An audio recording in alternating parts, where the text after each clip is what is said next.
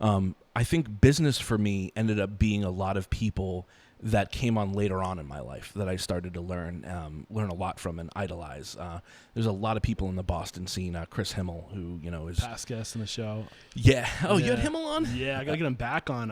Listening to your original episode. Yeah. To get ready for this conversation, you mentioned his name. I was like, we gotta get Chris back on the show. Chris is just one of the most genuinely amazing human beings. Yeah. And even if he doesn't hear that, I'd say that to anyone. He kind of, when I was starting off in Farmer's Dinner, he allowed us to come to the restaurant to do his farm to post dinners at Post 390.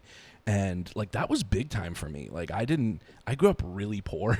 So going to the first time I walked into one of those dinners, I knew I had to have a suit, and it was scary. That stuff's intimidating, right? Absolutely. And over the years, Himmel and I became friends. We both use Carl Hills, who's a chief farmer over at Kimball Fruit Farm in Pepperell, Mass. And Carl would, he'd be like, "You remind me of a young Chris Himmel," and I was like, "Who's Chris Himmel?" So years later, I realized what a compliment it was, And Chris and I became really good friends. So. That helped me, and he's really helped shape me. There's been other people in my life who... I'm pulling back a layer on Chris Himmel, man. Yeah. Really dive into, you're speaking all these great things about him, but what did he teach you about business? How do you try to emulate that compliment? How do you try to bring that compliment to the surface when you think of Chris Hill and the things that he does and how he runs his businesses? How do you try to replicate that in your businesses? Yeah, so Himmel does. There's a lot of behind the scenes things that he doesn't put out there enough that I understand why. Being where he is in a career. One of the things that I think is so cool is he takes his staff out on these crazy cool outings that he calls Himmel Hits the Road. And so some of it he's publicized a bit, but he just pays for all of this stuff. And he rented this huge tour bus and took them to the Midwest, all the crew at Harvest one year. He really introduced us to the crew at Harvest, who Chef Tyler Kinnett. We ended up becoming really good friends. Dan Lee, who's one of the sous chefs, Brandon, the whole crew, and we all bonded, and we bonded over our love for ingredients, food, and farms. And so Chris's lesson wasn't the typical student teacher lesson. It was, I would look at him and I'd say, "Man, that's smart." And so I think to be really, to be successful in this industry as an entrepreneur, you have to really look at what people are doing and not openly ask for things, but more so just say, "Hey, this is Himmel Hits the Road is cool." That means a lot to his staff who works so hard for that restaurant. Yeah.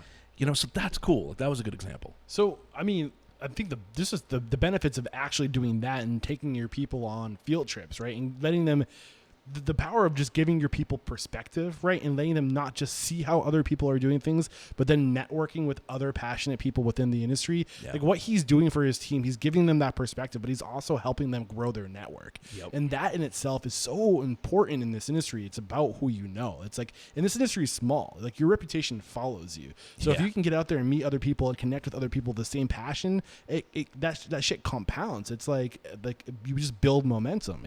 He's doing so much for you in that moment, right? Yeah. What else did you get out of these field trips? What was the value there? So 2018, Chris, so he brought up the crew from Harvest, and there's a really cool story here. So we're all at Kimball Fruit Farm, and Tyler and I are, we're at the point where Harvest and the Farmer's Dinner is coming together to throw this beautiful dinner on Kimball Fruit Farm. Since we, had that connection of Carl Hills. And so I didn't work with Tyler before. I was judging him in a competition that he killed it. He's an incredible chef. And so this was my first time bonding with Tyler. So we were walking the fields together, and he's like, "So what do you want to cook, chef?" And I was like, "I want to take a walk." And so we just talked about our philosophy on food. And so I would show him some foraging stuff, that I was super excited with. And he'd teach me some of the things that he did. It was this perfectly cohesive moment. And so we were up at the upper greenhouse, and I was like, "Man, I have an idea. Why don't we just title each of these courses after this walk that we've taken?" So we had the upper greenhouse, the lower field. We had all this cool stuff, and it was really this beautiful symphony of Tyler's creativity and passion, pouring through in these dishes. And, Joshua, who's their pastry chef over there, just coming in and the work that these guys did and the beauty of simple ingredients. it made me go, man, like Himmel knows how to hire people. And that was a really good lesson. And then since then, they've treated me like family, and vice versa. I have so much love and respect for them. But you also attract on to think about the things that he's doing, right? Like people say all the time on the show, and I don't want to undermine the difficulty of finding good people right now. That's a real struggle. Yeah. Maybe not so much. It's getting easier from people I've spoken to, that there's, because everyone's getting laid off, like there's actually people looking for work again in the industry, which is kind of nice.